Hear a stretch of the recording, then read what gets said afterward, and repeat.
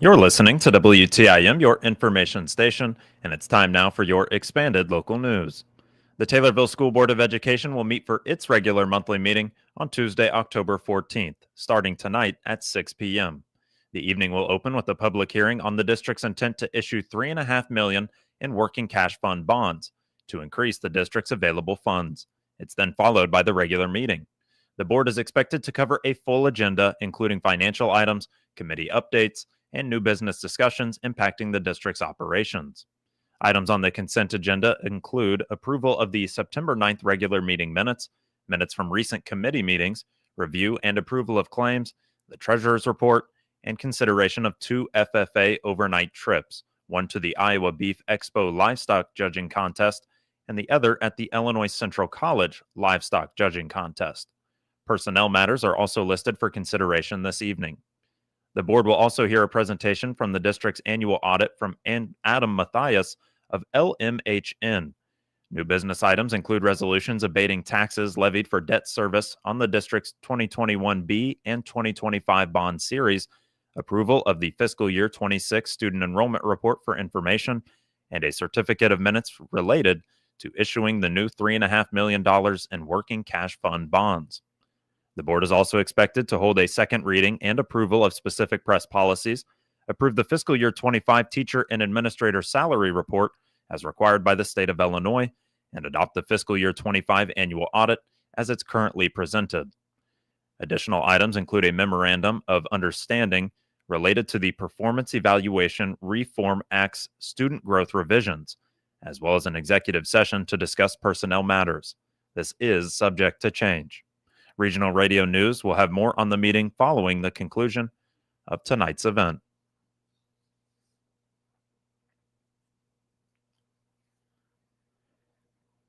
The recent hot and dry weather is wreaking havoc on some farms and farmers, and the scant harvest is not all that they're concerned about. Combine fires have broken out in multiple instances across central Illinois, including 3 in the Nokomis area. Many counties are under burn bans, and farmers are having to take extra steps to prevent and stop fires while keeping themselves safe. Carl Baker is the assistant director of the Moultrie County Emergency Management Agency.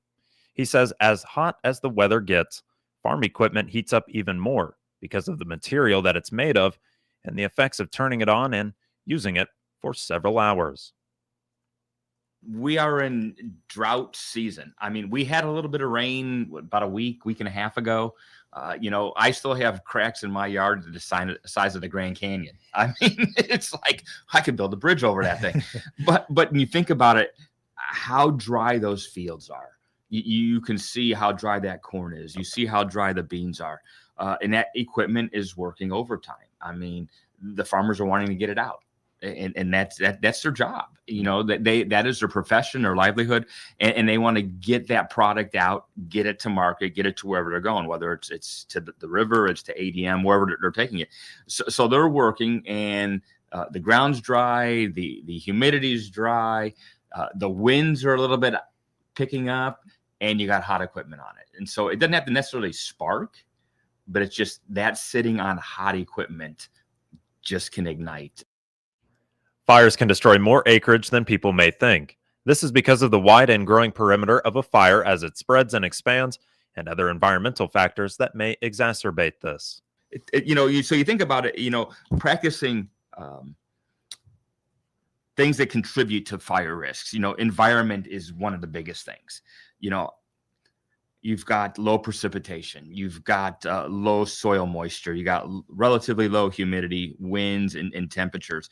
You think about it, a grass or a brush fire, let's just say that happens, can travel up to 15.5 miles per hour. In a matter of a couple hours, it can consume thousands of acres. 15.5 miles per hour. Can consume thousands of acres. So, if you add the wind in there and all that other stuff, that spreads relatively quickly. Oh, yeah. And so, so environment is one of the big things that also contributes to that. With the conditions as they are, the farmers are taking matters into their own hands to avoid fires. They're using leaf blowers, water tanks, tillers, and more. I've seen some farmers that are carrying leaf blowers, battery operated leaf blowers, in there, so they can blow off some of that that kind of builds up on the head. They can blow it off there. Again, the fire extinguishers are important. It was reported on WICS news that one of the farmers over in that east central part of the state has a 2,000-gallon tank that he's filled up with water. And that actually helps out, if there's a fire and the fire department can get to it. And when you're in the middle of a field, there's no hydrant to hook up to. And, some of those brush sprayers that fight the fires, they'll hold 400, 450 gallons of water, but then you're out. Now you got to go replenish. Having if you've got a tank and you can leave it there at the field with 2,000, that's a lot of water to help out in that fire. So what else can farmers do to prepare? Well, planning ahead and ensuring that they are easily identifiable to first responders are some other good steps too. Check the weather forecast. If conditions are expected to be dry and windy, I know you don't really want to say wait because you need to get the crops out. And so just be mindful of the weather conditions and check those. Ensure that the address on the mailbox or wherever it's posted on your rural route is very visible for the road, because when we start talking about deploying fire departments and all that, they got to know where to go, and so making sure that address is clearly visible. Know the exact field identification and location. Just can't say it's down by the red barn. How many red barns are there, or whatever. So know that location. And again, we said keep water or some type of equipment that will help maintain and contain the fires, whether it's a fire blanket, if it's a small fire, water, fire extinguishers, things like that. The other thing too is have a plan for livestock, because sometimes the barns go up. More information on the Moultrie County Emergency Management Agency is available at their Facebook page. Carl Baker appeared as a guest on the WTIM Morning Show.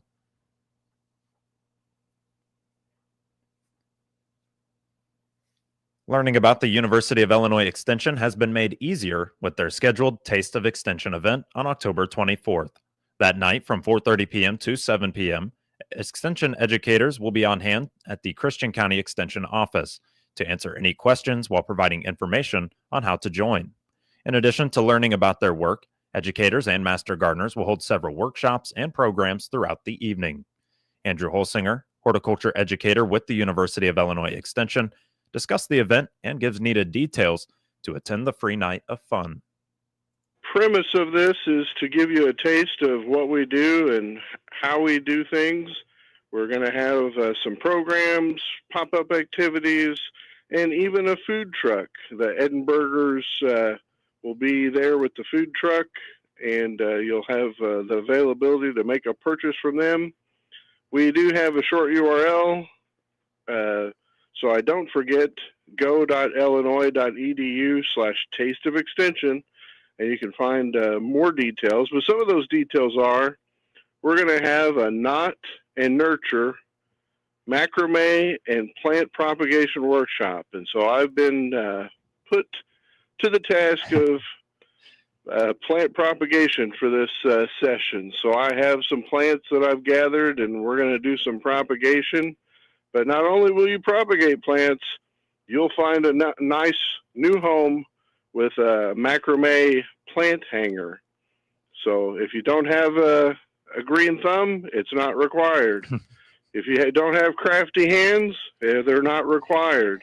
We just need you to come and take part and learn a little bit more about Extension.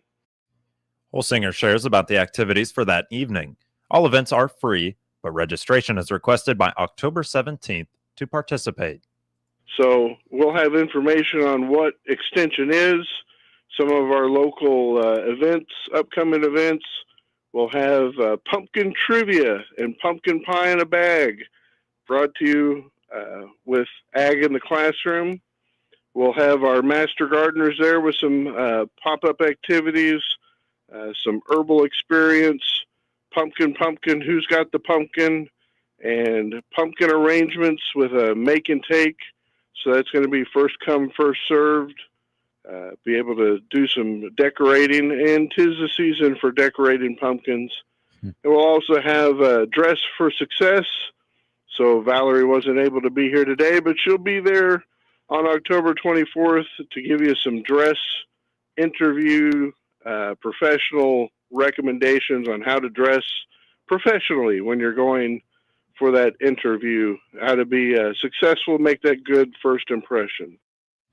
Upcoming for the Master Gardeners with the University of Illinois Extension is a photography editing course in Pana. Master Gardeners will hold the workshop on November 1st at the Lakeland College Western Region Center.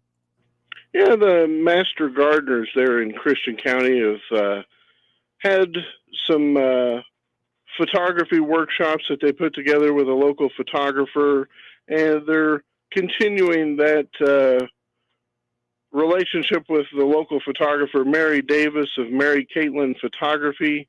But this time, instead of taking photographs, it's going to be working you through the different computer applications, giving you tips and tricks for editing, saving, enhancing your images. That's going to be held at the Lakeland College Western Region Computer Lab. That's at 600 East 1st Street in Pana.